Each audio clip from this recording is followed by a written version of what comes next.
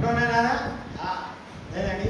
కానీ క్రీస్తులో ఉన్న వారికి ఏ శిక్ష విధి కూడా లేదు. హల్లెలూయా. అందుకే ఏమంటున్నానా, నీతిమంతుడు విశ్వాస మూలముగా జీవించును. ఆమె అంటే దేవుడు యేసు ప్రభువారు ఆ శిలువ మ్రానుపై సమస్తం కూడా కొట్టివేశాడు.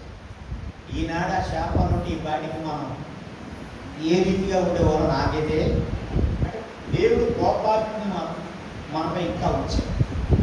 కానీ దేవుడు శాపాలు పెట్టలేదు. నువ్వు కుక్కమైపోవాలి, నువ్వు నాకైపోవాలి, నువ్వు ఇలాగైపోవాలి, అలాగైపోవాలి దేవుడికి. అందుకొచ్చి మనం చాలా మంది ఏదో పెడతా ఉంటారు. ఎందుకంటే అవే మనం పనిచేయాలి. ఎందుకంటే ప్రభువులో ఉన్నవాడికి ఏ శిక్ష అది కూడా లేదు. మనుషులు పెట్టే ఏ శాపాలు కూడా మనం ఏమి కూడా అయిపోవాలి. కానీ ప్రభువు యొక్క కోపం మాత్రం తప్పకుండా ప్రతి మనిషి పైన ఏదో ఒకసారి దేవుడు దాన్ని కదిలిస్తూ ఉంటాడు కదండి.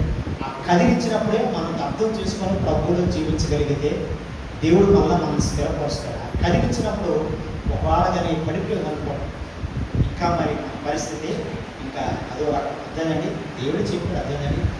ఎంత తన పిల్లల్ని ఒకసారి ఏం చేస్తాడంటే వాక్యం ఉంది, తర్వాత ఎక్కడ నేను ఒకసారి దాని వాక్యం చెప్పి ఎంత ఒకసారి ఏం చేస్తాడంటే కదిలిస్తే పిల్లలు వాడంతగా వాళ్ళే ఏం నేర్చుకోవాలండి, ఎగరడము నేర్చుకోవాలని ఎంతో ఒకసారి కదిలిస్తూ ఉంటాం. దేవుడు కూడా ఒకసారి మనం కదిలిస్తూ ఉంటాడు. నాకు ఇచ్చిన అని మీరు అనుకుంటారు. కానీ దేవుడు చాలా దేవుడు నాని దారుణం. కానీ దేవుడు వచ్చాడు మొత్తం